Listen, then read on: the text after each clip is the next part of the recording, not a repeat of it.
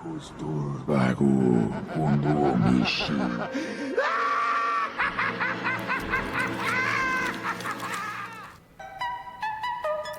it going, truth seekers, skeptics, and anyone else who may be listening?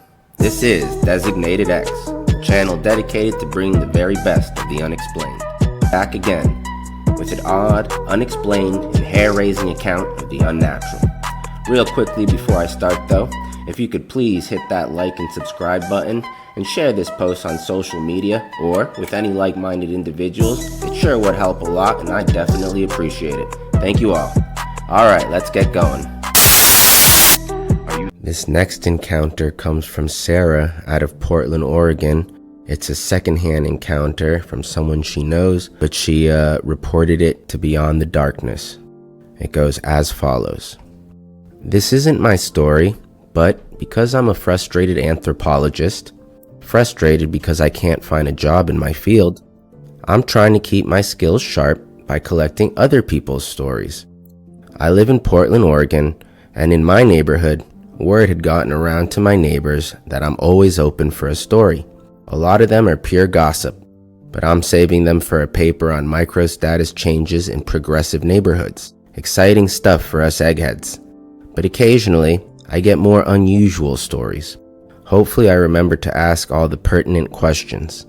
My neighbor, we'll call her Annie, is an avid outdoors woman. Ever since I moved to the neighborhood, which was about 10 years ago, every weekend and holiday, she was off somewhere hiking in the mountains, forest, or high desert plateau. Then suddenly, last September, she sold off all her camping and climbing gear. After a month of being a homebody, took up windsurfing.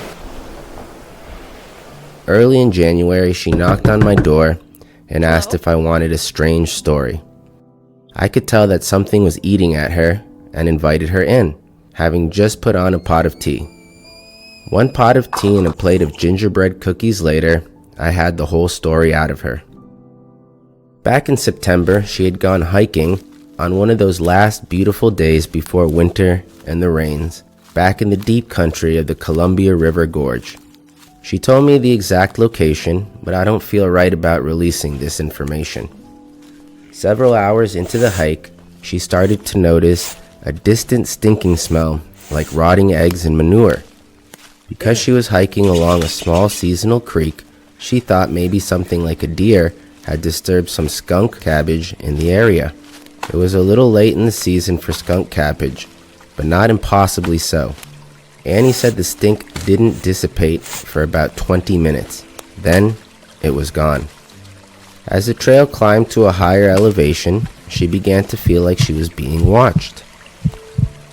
She still had miles to go before she reached the campsite, so she didn't stop, but remained alert, as mountain lions are known to be in the area. This went on for 10 more minutes.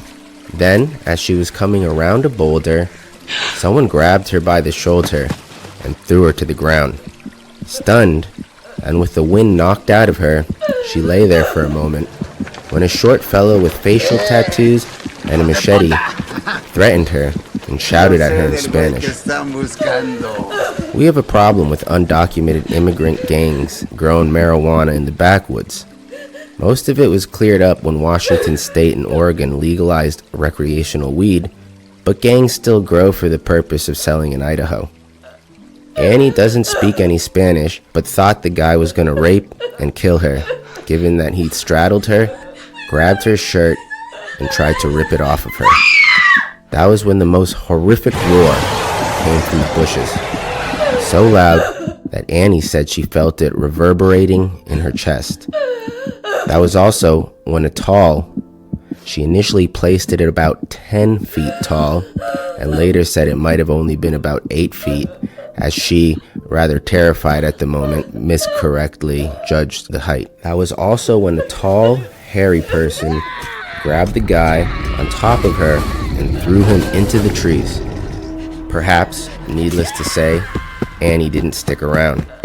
She ran back down the trail until she collapsed about an hour out from her car, by her estimation. When she came around, she was laid out on the trail, head covered in leaf litter.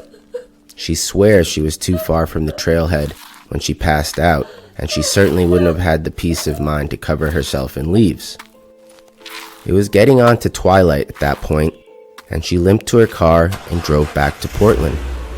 The next day is when she sold all her camping and climbing gear. I asked her if she noticed a smell during the attack. I asked her what she felt had saved her. Annie was very hesitant to answer, but of her own volition finally said it had to be a Sasquatch. Because I felt I had to play the devil's advocate at the time, I asked if it could have just been a hunter in a ghillie suit. She shook her head and was very adamant that a hunter would have used a gun and not thrown a guy a good 20 feet. Also, she added she didn't think any human could make the sound of that roar. Again, I asked her if she noticed a smell during the attack, but she was a little too busy running away to notice. She did mention that when she came to at the trailhead, her clothes had a strange funk on them, but she had thrown them out. I did ask her if I could share her story, and she was okay with it, but doesn't want to tell it ever again, and if asked about it, will flat out deny it happened. I think it was her confessional that day. We're still on friendly terms, but I respected her request to never mention it to her again. She windsurfs almost every weekend now, but she refuses to go back into the forest. And to be honest, I don't blame her. One last note. I emailed the county sheriff's office with details about the attack, minus the rescue by Sasquatch. If the guy that attacked her was still out there and alive, law enforcement needs to be aware that there is a marijuana grow near a walk-in campsite. That was from March 13th of 2017. So even though this encounter touched on a sensitive topic, rape, I still enjoyed it a lot because of, one, the Sasquatch rescued her, which shows that A, they have the ability to think and understand what's going on in the environment around them, and it also implies that it made a conscious choice to go and then help her.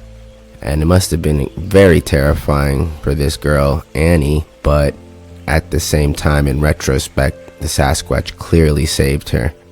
And that's just fascinating in my opinion. The fact that she filed a police report as well, but just lends credence to the account being factual, true, that it actually happened. Let me know what you guys think about this rather unique encounter down below. If you have an account or personal encounter of anything odd and unexplained, whether it be ghostly visitors, a sinister stranger, cryptid or unknown entity encounters, demonic or angelic visitation, extraterrestrial contact, or anything else unexplained, feel free to contact me with your account by sending an email to designatedxshow@gmail.com. See you in the next one. Peace.